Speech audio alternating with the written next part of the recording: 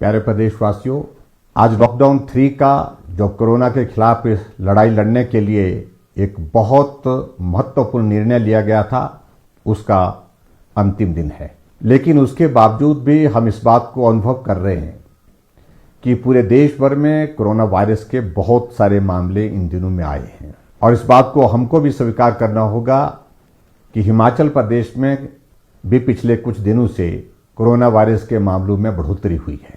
ऐसे में आदरणीय प्रधानमंत्री जी ने सभी प्रदेश के मुख्यमंत्रियों से बातचीत करने के पश्चात एक निर्णय लिया है कि कोरोना वायरस के खिलाफ इस लड़ाई को और ज्यादा गंभीरता के साथ लड़ने की आवश्यकता है और लॉकडाउन अभी पूरे देश भर में समाप्त नहीं करना चाहिए, क्योंकि ऐसी परिस्थिति अभी तक नहीं आई है।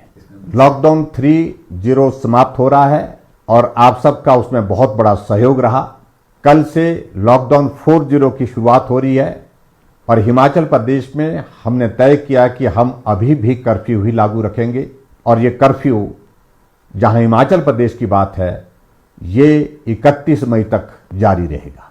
मैं आप सबका आभार व्यक्त करना चाहूंगा कि इस दौरान जहां हिमाचल प्रदेश में हमने कर्फ्यू लागू रखा था और उस कर्फ्यू का पालन करते हुए जो भी दिशा निर्देश प्रदेश सरकार और केंद्र सरकार से आप तक पहुंचे, आपने उनका पालन किया है। हम हिमाचल प्रदेश में इस बात को महसूस कर रहे हैं कि कोरोना वायरस के कुछ मामले पिछले दिनों में जो बढ़े हैं, उसमें जो प्रदेश से बाहर हमारे भाई बहन रहते थे, बच्चे रहते थे, वो हिमाचल प्रदेश में आए हैं।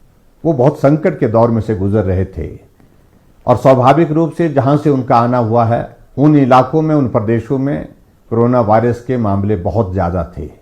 ऐसे में ये संभावना व्यक्त की जा रही थी शुरू से ही कि कोरोना के मामले हिमाचल प्रदेश में और बढ़ सकते हैं और ऐसा हुआ भी।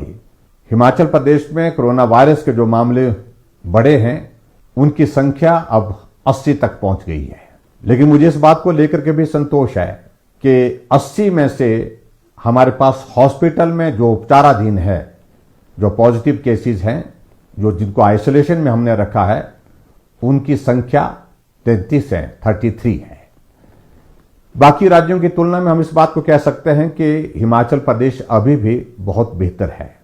लगभग 60,000 से ज्यादा लोग जो हिमाचल प्रदेश के निवासी हैं, दूसरे प्रदेशों में फंसे हैं, वो अपना घर वापस आना चाहते हैं।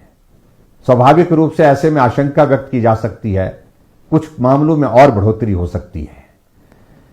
फिर भी मेरा आप सबसे इस बात के लिए निवेदन है कि चिंता की कोई बात नहीं, डरने की आवश्यकता नहीं, लेकिन हम सावधानी और एहतियात बरतने के लिए कोई कमी ना छोड़ें। मैं हिमाचल प्रदेश में हाल ही में दूसरे प्रदेशों से जो भाई और बहन हमारे आए हैं, उनसे हाथ जोड़ करके विनम्र निवेदन करना चाहूंगा।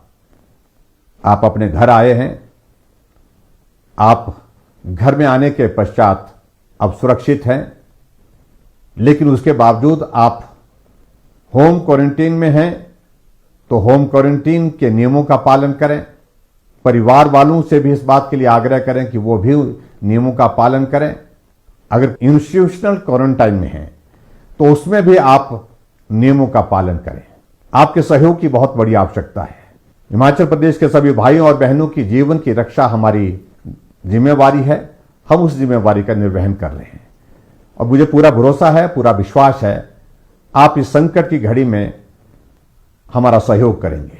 इस बीच में मुझे इस बात को लेकर के खेद भी है कि कोरोना वॉरियर के नाते जो फ्रंट लाइन पे काम कर रहे हैं, जिसमें एक डॉक्टर टांडा मेडिकल कॉलेज का, वो भी संक्रमण की चपेट में आए हैं। एक हवलदार, वो भी पुलिस विभाग में काम करते हुए कोरोना वायरस की चपेट में आए हैं। मैं उम्मीद करता हूं कि उनका स्वास्थ्य बहुत जल्दी ठीक हो जाएगा।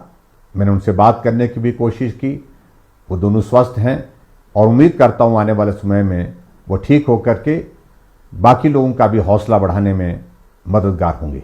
मैं हिमाचल प्रदेश की जनता की ओर से आदरणीय प्रधानमंत्री नरेंद्र मोदी जी का भी आभार व्यक्त करता हूं कि ऐसे संकट के दौर में एक तरफ जहां कोरोना वायरस के खिलाफ इस लड़ाई को मजबूती के साथ वो लड़ रहे हैं, पूरा देश उनके साथ है, और वहीं दूसरी तरफ आर्थिक दृष्टि से जो नुकसान हुआ है उसकी भरपाई करने के लिए, उसमें सहयोग देने के लिए हर वर्ग के लिए उन्हें एक बहुत बड़े ऐतिहासिक आर्थिक पैकेज की घोषणा की है, जिसमें 20 लाख करोड़ रुपए, जो आज़ाद भारत के इतिहास में सबसे बड़ी राशि है, जिसकी घोषणा की है, उसका भी मैं अभिनंदन करता हूं।